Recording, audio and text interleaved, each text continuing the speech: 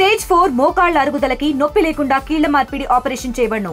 Doctor Ramesh Gajula, endoscopic spine ortho surgeon and pain physician, Panacea spine pain ortho and sleep centre, Uppal, Hyderabad. Kurnool ప్రభుత్వ హాస్పిటల్లో ఉన్నటువంటి మార్చిరి దగ్గర మనం ఉన్నాం. ఇక్కడ చాలా మంది, ఎందుకంటే ఇప్పుడు ఎవరైతే వారిని ఇక్కడికి తీసుకొస్తారని చెప్తున్నటువంటి నేపథ్యంలో ఇక్కడ చూడొచ్చు వారి బంధువులు అయితే భారీగా వారు రోధిస్తున్నటువంటి పరిస్థితులు అయితే నెలకొని ఉన్నాయి. ఎందుకంటే ముఖ్యంగా ఈ అసలు వాళ్ళు ఇప్పటికి కూడా వారు అసలు డైజెషన్ చేసుకోలేని పరిస్థితి. అమ్మా ఏంటమ్మా మీ అబ్బాయి? నా కొడుకుకి యాక్సిడెంట్ తండ్రి, నా తండ్రి మాటలకే పిలుపుకు దూరం అవుతుంది. నా కొడుకు రాత్రి శివశంకరు ఎప్పుడు జరిగిందో మాకు తెలియదు. పొద్దు 4 గంటలకు నేను పని పోయినా ఫోన్ చేస్తే పని కాడి నుంచి అక్కడికక్కడ వచ్చి చేరుకున్నానైనా నాకు తెలియదు. గ్రాండెడ్కి పని పోతుండే సార్, మార్బుల్ బండలు పరచడానికి పోయి పని మాట్లాడుకొచ్చుకుంటే పోతున్నాని వేరే వాళ్ళతో చెప్పినాడంటే తండ్రి నా కొడుకు స్నేహితులతో కలిసి ఏదో డోన్కి వెళ్తున్నాడు, అందుకే ఆ సమయంలోనే ఇది యాక్సిడెంట్ జరిగింది అంటున్నారు. అది ఎంతవరకు నాకైతే తెలుసు సార్. డోన్కి పోయినాడని చెప్పినాడు నాతోనైతే. మాకు మరిది అవుతాడు. మా మరిది. ఏం జరిగిందమ్మా ఇప్పుడు? ఎందుకంటే ఇక్కడ రోడ్డుకి పోతున్నాడా? నాకు తెలియదు, ఫోన్ చేసింటే వస్తున్నా అని చెప్పినాడు. 10-10:30 కల్లా వస్తా అని చెప్పినాడంట మా చిన్నత్తకి. అంతే. ఎప్పుడు తెలిసింది? మాక మార్నింగ్ 8కి అట్లా తెలిసింది. మా ఇంటి దగ్గర ఉన్న వాళ్ళకి ఫొటోస్ వచ్చినాయి అన్నమాట. వాళ్ళు ఇంకా చెప్పినారు మా బాబాయ్ వాళ్ళకి. శంకర్ ఏ పని చేస్తుంటాడు? గ్రానైట్ పనికి పోతున్నాడు. కాలేదు, ఇంకా పెళ్లి చూపులు చూద్దామని అనుకుంటున్నాం. ఇంకా అప్పుడే ఇట్లా జరిగింది. మనోడు నాయన శివశంకర్, శివశంకర్ నాయన 20 ఏళ్ళ పిల్లగాడు.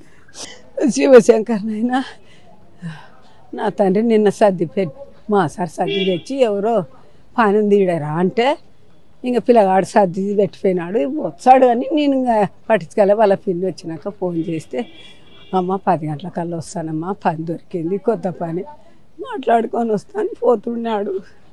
వాళ్ళు డోన్కి పిల్లలు ఎవరన్నా వచ్చింటే వాళ్ళని మాట్లాడుకొని పోవాలా, పని తోలుకొని పోవాలా అని కొంచెం లేట్ అయిపోయినాడుచున్నాను. అంతే. నేను సాకితే తండ్రి లేడు, పిల్లలకి ఎవరు రాని సాకితే నా పేరు నిలబడకపోయా. నా మనవడికి చిన్న వయసులో శివశంకర్ నేను వాళ్ళ చిన్నమ్మని 9 గంటలప్పుడు మాట్లాడినారు సార్. నేనే కాల్ చేశాను, ఎక్కడో వచ్చి నైట్ 9 గంటలప్పుడు నేనే ఫోన్ చేసిన, ఎక్కడున్నా వచ్చిన ఇంటికి రావారా అంటే వస్తాను, డోన్కి పోతున్నా పని మాట్లాడుకోవడానికి వస్తాను అంటే ఎన్ని గంటలకంతా వస్తావు నాకు నువ్వు చెప్పాలి ఖచ్చితంగా. 10:30కంతా ఇంటికి వస్తావా లేదా 11కి వస్తావా అంటే 10:30కంతా వస్తా పిన్ని, వస్తానే అనే చెప్పినాడు. ఇంకంతే, అదే లాస్ట్ మాట. ఆ తర్వాత ఇంకా నేను మళ్ళీ మాట్లాడలేదు. ఎప్పుడు తెలిసిందమ్మా మీకు ఈ సంఘటన? 7:40కి మాకు తెలిసింది సార్. యాక్చువల్గా మేము డ్యూటీకి వెళ్దామనేసి ఫుడ్ ప్రిపేర్ చేసుకొని పోతుంటే అప్పుడే ఫొటోస్ వచ్చాయి. ఇట్లా మీ పిల్లోడైనా చూదురండి అంటే వెళ్ళి చూస్తే మా పిల్లోడే. ఇంకా వెంటనే జీజీహెచ్కి వచ్చేసాం. ఇక్కడికి వచ్చిన తర్వాత ఇంకా ఇదంతా తెలిసింది. అంతకుముందు మాకైతే ఏం తెలియదు. శివశంకర్ వాళ్ళు ఎంతమంది మా పిల్లలు? 2 సార్. పెద్ద ఆయన పేరు శ్రీహరి, ఈ చిన్న అతను శివశంకర్. వాళ్ళ పెన్నకి పెద్ద మ్యారేజ్ అయిపోయింది. ఈ అబ్బాయి కూడా చేద్దామనేసి చూస్తా ఉన్నాం. మార్చరీ వద్ద ఉన్నటువంటి పరిస్థితి ఏదైతే ఉందో, శంకర్ 2 వీలర్లో వెళ్తున్నటువంటి శంకర్ కూడా బస్సు ఢీకొనడంతో అక్కడ ప్రమాదానికి గురైంది. శంకర్ అయితే అక్కడికక్కడే వారి బంధువులు కూడా రోధిస్తున్నటువంటి నేపథ్యం.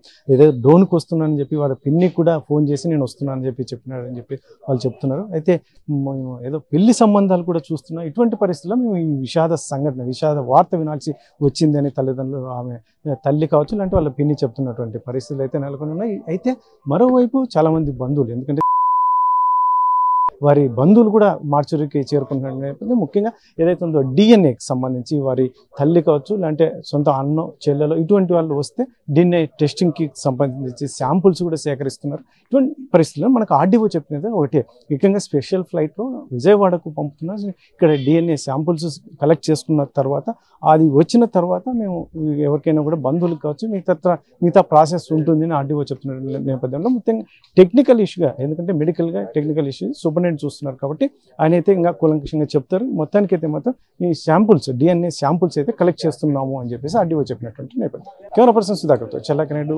RTV, కర్నూలు ప్రభుత్వ హాస్పిటల్ నుండి. తెలుగులో ఫాస్టెస్ట్ న్యూస్ ఇప్పుడు కొత్త అవతారంలో 5 సెకండ్లోనే పూర్తి వార్తా సమాచారం మీ చేతిలో. సోషల్ మీడియా ట్రెండ్స్ మీ కళ్ళ ముందుకే live TV and voice search options తో ఇప్పుడే డౌన్లోడ్ చేయండి. యాప్ లింక్ డిస్క్రిప్షన్ లో ఉంది.